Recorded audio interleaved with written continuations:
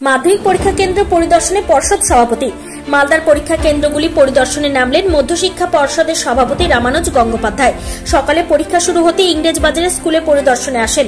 রায়গ্রাম উচ্চ বিদ্যালয় সহ একাধিক পরীক্ষা কেন্দ্রগুলি পরিদর্শন করেন তিনি। মাধ্যমিক শুরুর দিনে রায়গ্রাম হাই স্কুলের পরীক্ষা কেন্দ্র থেকে প্রশ্ন ফাঁসের অভিযোগ ওঠে। দ্বিতীয় দিনের ইংরেজি পরীক্ষাতেও একই অভিযোগ উঠেছে। এই দিন মাধ্যমিকের ভূগোল পরীক্ষা রয়েছে। পরীক্ষা শুরু হতে কেন্দ্রগুলির সমস্ত ব্যবস্থা খতিয়ে দেখেন পর্ষদ সভাপতি। না আসার জন্য বারবার আবেদন করে গেছি, সেটা আমি বলেওছি যে টেস্ট পেপারের সময় থেকেই আমরা আবেদনটা করে যাচ্ছি। অ্যাওয়ারনেস আছে, গার্জেনদের কাছে রিকোয়েস্ট করেছি, সব জায়গায় বলা আছে, তৎসত্ত্বেও হচ্ছে। এবার জানি না এটা কি মানসিকতা থেকে হচ্ছে বা কেন হচ্ছে। এই জায়গাটা আমার কাছে খুব একটা এনায়েতপুরে এসেছি, গেলাম প্রথম, তারপরে এটা সেকেন্ড স্কুল রায়গ্রাম। আমি বেসিক্যালি পর্যবেক্ষণের জন্য এসেছি কীভাবে ব্যবস্থা চলছে। বারবার করে বলা হচ্ছে যে ব্যবস্থায় কোথাও ত্রুটি আছে, আমার দেখা দরকার। তো আমি যেভাবে ব্যবস্থা করা হয়েছে, বিডিও সাহেব, স্কুল, লোকাল অ্যাডমিনিস্ট্রেশন সবাইকে ধন্যবাদ জানাবো। আমার যে টিম আছে এখানে সেই টিমকে ধন্যবাদ জানাবো। যে ধরনের ব্যবস্থা নেওয়া হয়েছে বা হচ্ছে সে এক্সেলেন্ট। আই থিঙ্ক এতে ব্যবস্থা আরও উন্নত হবে। আমি বারবার বলছি আমরা সুষ্ঠুভাবে পরীক্ষাটা নিতে চাই, এটা আমাদের টার্গেট। মালদায় বিতর্কের মধ্যে বারবার চলে আসছে এটা মানে যেখান থেকে হচ্ছে ঘটনাটা সেইখান থেকেই বিষয়টা রিপোর্টেড হচ্ছে। তো বোর্ড বলতে পারবে না কেন কোথাও কি হচ্ছে, বোর্ড বলতে পারবে সারা রাজ্যের কথা। তো সেইভাবে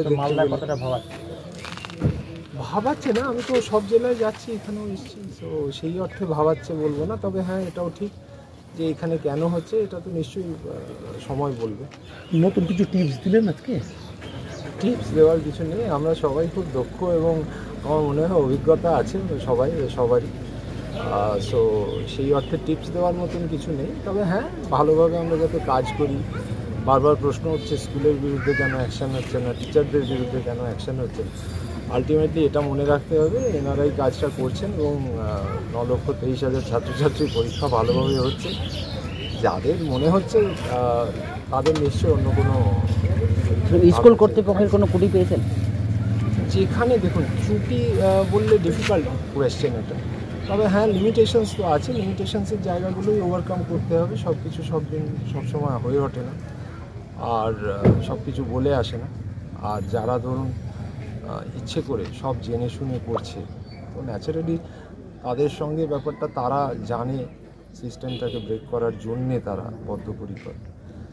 স্কুলগুলোও চেষ্টা করছে নিশ্চয়ই তাদের ক্ষমতার মধ্যে থেকে।